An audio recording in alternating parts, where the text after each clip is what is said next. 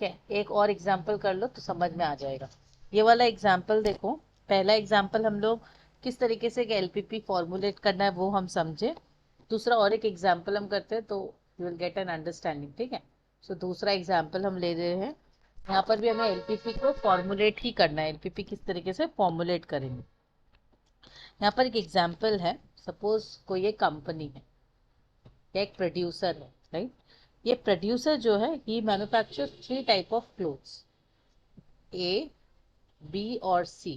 3 तरह का वो कपड़ा बनाता है। ठीक है, अभी 3 तरह का कपड़ा बनाने के लिए उसको 3 तरह का वुल का जरूरत है, right. Red, green and blue. इसका मतलब हमारे लिए इजी है कि सिर्फ एक ही कांस्टेंट है जो कि वुल है, बट यस वुल के भी 3 तरीके हैं वुल, तो वो एक है। 3 kinds of wool are required for it, say red wool, green wool and blue wool. 1 unit length of type A clothes need 2 yards of red wool. अब देखो ए को बनाना है, तो 1 यूनिट्स ऑफ ए हमें बनाना है। उसके लिए तुझे समझ में आ रहा है, स्क्रीन दिख रहा है? अच्छा, 2 yards of red and 3 yards of blue. में ये वाई जो है यार्ड्स है और रेड वुल है, Y yards and red wool. मतलब ए के लिए if you want to produce, ये प्रोडक्शन में जो रिसोर्सेज आपके लगने वाले हैं, ए में आपको लगेगा 2 yards of red and 3 yards of blue. Again B जब आप बनाओगे 1 यूनिट ऑफ लेंथ बी, इसमें लगेगा 3 yards of red plus 2 yards of green and 2 yards of blue. इतना तरह का लगेगा तुम्हारा बी में, फाइन।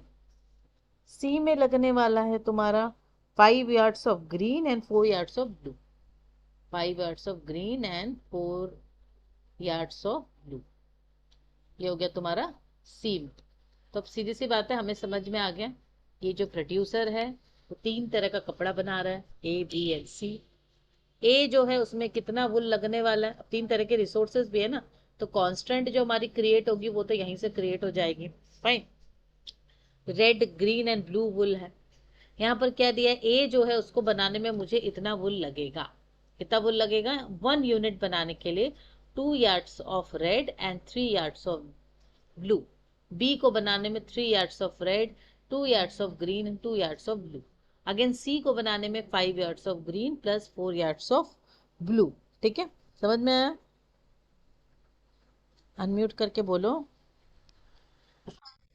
अच्छा, अब रेड का जो कांस्टेंट है कि रेड जो है ना, the firm has only a stock of 8 yards of red wool, 8 yards maximum. लाल कितना है?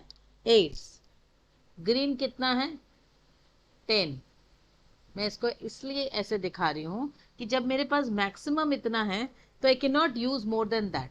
whatever resource allocation we will do for red wool, green wool or blue wool, it is according to the resource availability. So the resources available for red wool is 8 yard, green 10 yard and blue 15 yard. So whatever resource allocation we will do, it should not go beyond the resources available. इसी को तो resource की constant बोलते हैं ना, इसीलिए तो हम इसको कांस्टेंट ऑप्टिमाइजेशन मॉडल बोलते हैं, या कांस्टेंट पे रहकर काम करना। लीनियर प्रोग्रामिंग का पूरा मोटिव ये है कि हमें कांस्टेंट पे ध्यान देना है, right. Now it is assumed that the income obtained from 1 unit length of type A cloth is 3। अब देखो यहाँ पर इनकम भी हमें दे दिया है, that is the profit you will generate. A के लिए जो प्रॉफिट है वो है अपना 3, ठीक है, ये है ए के लिए। बी के लिए प्रॉफिट है 5 एंड सी के लिए प्रॉफिट है तुम्हारा 4। इसको अच्छे से नोट डाउन कर लो कि क्या क्या कंडीशन है, क्योंकि ये कंडीशन के हिसाब से ही आप फॉर्मुलेट कर पाओगे। अब सबसे इंपॉर्टेंट चीज देखो यहाँ पर आ गई, जो हमारे पास है वो अपना प्रॉफिट। तो जब प्रॉफिट दिया रहेगा, तो प्रॉफिट जब भी दिया हो गया वो मेरा हो गया ऑब्जेक्टिव फंक्शन। तो हमारा ऑब्जेक्टिव यहाँ पर क्या होगा, डिफाइन कर लो अपने ऑब्जेक्टिव को। मैक्सिमाइजेशन ऑफ प्रॉफिट, तो मैं इसको मैक्सिमाइजेशन जेड लिख रही हूँ, राइट। तो मैक्सिमाइजेशन प्रॉफिट मतलब क्या, 3। अब मैं ए को लिख रही हूँ x1, बी को ले रही हूँ x2 और सी को ले रही हूँ x3। Why I am considering the decision variables A B C as x1 x2 x3, पता है क्यों इसको ऐसे ले रही हूँ मैं? मैं तो एक्स वाई जेड भी ले सकती थी ना. व्हाट.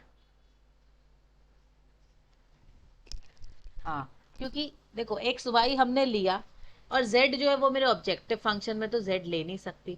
तो एक्स वाई के बाद क्या लूंगी, दिस इज नॉट पॉसिबल. तो इसी वजह से जब आपके डिसीजन वेरिएबल्स बढ़ जाते हैं, 3-4 प्रोडक्ट आइटम या 3-4 रिसोर्सेस या मशीनरी या लेबर, कुछ भी चीज़ों को लेकर आपको डिसीजन लेना होगा, तो उस वक्त हम उसको x1 x2 x3 कर लेते हैं. फाइन. तो मेरा प्रॉफिट फंक्शन जो मैक्सिमाइजेशन ऑफ जेड की मैं बात कर रही हूँ वो कैसा होगा, 3x1 plus 5x2 plus 4x3. समझ आया क्यों आया ये.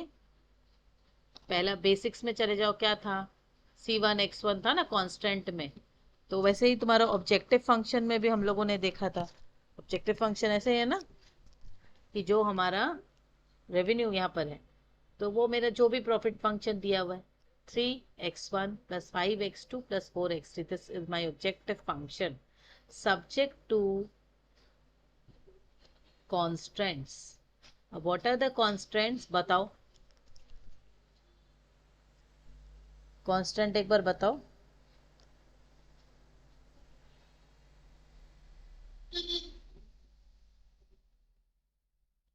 सिमरन.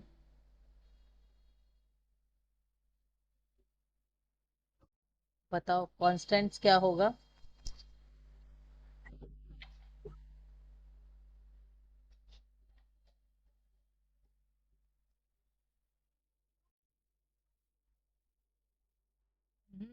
कांस्टेंट हम कैसे लिखते हैं, ये अपने कांस्टेंट देखे ना कि रेड ग्रीन एंड ब्लू. इसके पहले वाले इलिस्ट्रेशन में इट वाज इजी, क्योंकि हमारे पास ये ऐसे नहीं था 2 yards of red 3 yards of blue, again 3 yards of red 2 yards of green. यहाँ पर क्या हो रहा है, हमें इसको थोड़ा सिंप्लीफाई करना होगा. देखो ये जो कांस्टेंट है ना, उसको कैसे लिखेंगे हम, क्योंकि क्या हो रहा है जब हम ए की बात कर रहे हैं, ए के लिए कांस्टेंट कुछ ऐसा होगा, 2x1 for A plus 3x2, ये मैं इसको रेड बुल के लिए मैं लिख रही हूँ, मतलब x1 के लिए 2x1 प्लस 3x2, ये है constant for red wool. Fine. Again B के लिए जो सॉरी ग्रीन बुल के लिए जो कांस्टेंट है वो है 2x2, ठीक है, for B plus 5x3 for C. ये हुआ तुम्हारा ग्रीन वुल का कांस्टेंट. इसमें कांस्टेंट को समझना है, क्योंकि कांस्टेंट को इक्वेट करके हमको एक इक्वेशन में लाना है. Again 3x1 that is for red, sorry for A, plus 2x2 B के लिए प्लस 4x3, ये है तुम्हारा ब्लू वुल का कांस्टेंट. ये वाला थोड़ा सा अलग सा है. अभी तक हमने कांस्टेंट क्या समझा था, constant was very easy to put on, क्योंकि वहाँ पे स्पेस की कांस्टेंट थी या रिसोर्सेज की थी, हमें बस सिंपली पता चल गया था, दो प्रोडक्ट था तो इट वाज इजी. पर यहाँ पे कॉम्बिनेशन यूज हो रहा है. रेड वुल प्रोडक्ट ए में जैसे 2x लग रहा है और बी में लग रहा है 3. अगेन ग्रीन जो है ए में तो लग ही नहीं रहा, देखो यहाँ पे डैश है, खाली है. समझ में आ रहा है सिमरन. हाँ. वाह वेरी गुड. चलो, तो अब यहाँ पर देखो मैक्सिमम कितना था रेड का, 8. ग्रीन का कितना था, 10. और ब्लू का था 15. तो क्या हो गया, पहला कांस्टेंट जो हमारा रेड बुल के लिए 2x1 plus 3x2 should be less than equals to 8. Clear. This is the constant for red wool. Clear है. इसमें जो लास्ट में 15 आया वो कैसे आया. 15 तो है ही ना, दिया हुआ है तो 15. ब्लू बुल जो है वो तो 15 ही है, मैक्सिमम अच्छा 15 है. अच्छा उधर से. हाँ. हाँ. तो सेकंड कांस्टेंट ग्रीन बुल का क्या हुआ, 2x2 plus 5x3 less than equals to 10. This is the constant for green wool. Again blue wool का कांस्टेंट क्या है देखो, 3x1 plus 2x2 plus 4x3 should be less than equals to 50. This is the constant for blue wool. Clear हुआ? Clear हुआ? नहीं और एक बार यही तो, बस ये वाला जो ग्रीन वुल का था उसको ही मैंने लिखा। ग्रीन वुल का क्या था कांस्टेंट, कि ग्रीन वुल कहाँ कहाँ पे लग रहा है वो हमको देखना है ना। ग्रीन वुल ए जो बना रहे हैं उसमें 3 लग रहा है, बी बना रहे 2 लग रहा है और सी बना रहे 4 लग रहा है। तो टोटल हमारा कांस्टेंट मस्ट नॉट गो, जो भी हम रिसोर्स एलोकेट कर रहे हैं it can not go beyond 15। जाएगा क्या 15 के बाहर? तो क्या हो रहा है 3x1 plus 2x2 plus 4x3 less than equals to 15। 8 तो यहाँ पर भी लेस देन इक्वल्स टू 8 है, लेस देन इक्वल्स टू 10 है, ये लेस देन इक्वल्स टू 15 है। This is for blue wool. हमें यहाँ पर क्या रिसोर्स का कांस्टेंट देखना for different types of wool. समझ में आया?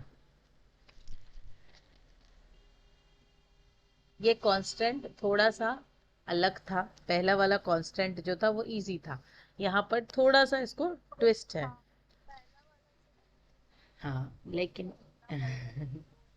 नहीं कुछ नहीं है इसमें। देखो ये सिर्फ जो हमारे डिफरेंट टाइप के वुल है ना, मेरे जो डिफरेंट टाइप के रिसोर्सेज हैं वो कितना कहाँ लग रहा है।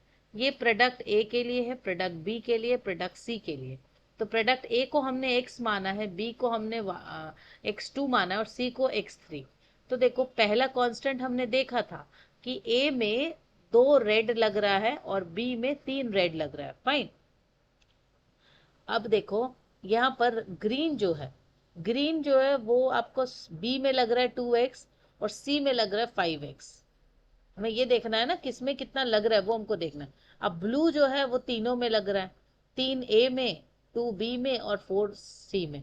इसको फॉर्मुलेट करना थोड़ा सा कठिन है क्योंकि आपको बैठाना पड़ेगा अलग से देख देख के किसमें कितना लग रहा है। ये चार्ट ही इंपॉर्टेंट है, ये चार्ट को नोट डाउन करना। अब ये अगर बैठ गया तो आपको क्लियर है, इक्वेशन फॉर्म करना बहुत ईजी हो जाएगा।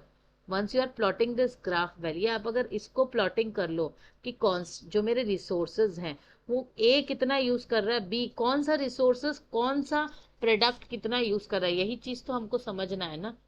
मैंने पहले भी कहा लीनियर प्रोग्रामिंग का यही ब्यूटी है कि पूरे जो डिसीजन इन्वायरमेंट है या जो भी सिचुएशन है उसको हमको इक्वेशन में फॉर्म करना है।